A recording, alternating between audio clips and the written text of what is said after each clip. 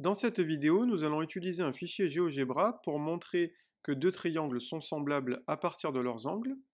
Et une fois que l'on sait que les deux triangles sont semblables, qu'est-ce qu'on peut en déduire sur les égalités de longueur de chacun des côtés des deux triangles? Tout d'abord, pour montrer que les deux triangles ici ABC et A'B'C' sont semblables, on va montrer que leurs angles homologues sont égaux. Donc ici, notamment, l'angle BAC et l'angle B'A'C' en rouge sont tous les deux égaux, ils ont la même mesure. Il en va de même pour les angles de sommet B, B', c'est-à-dire que l'angle ABC et l'angle A'B'C' sont tous les deux égaux. Et évidemment, d'après la règle des 180 degrés, il en va de même pour la troisième paire d'angles de sommet C et C', à savoir que l'angle ACB est égal à l'angle A'C', B' en bleu foncé.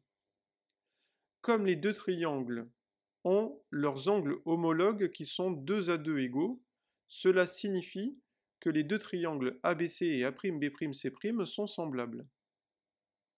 Comme les deux triangles sont semblables, cela signifie que l'on peut les positionner en configuration de Thalès, et on a donc des égalités de longueur, à savoir que les côtés du triangle ABC sont proportionnels aux longueurs des côtés du triangle A'B'C'.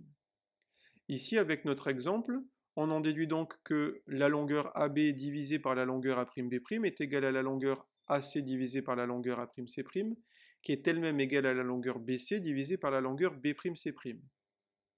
Avec les longueurs que nous avons choisies ici, le rapport de cette transformation est ici égal à 0,75. Cela signifie que le triangle A'B'C' est une réduction du triangle ABC, et il est réduit d'un coefficient 0,75.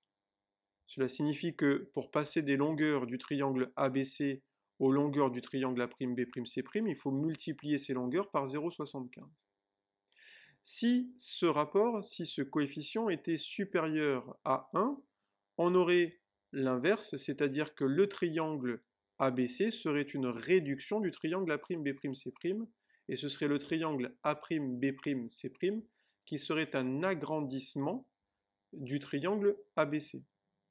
Cela voudrait dire que pour passer du triangle ABC au triangle A'B'C', il faudrait multiplier les longueurs du triangle ABC par ici 1,49 pour obtenir les longueurs du triangle A'B'C'.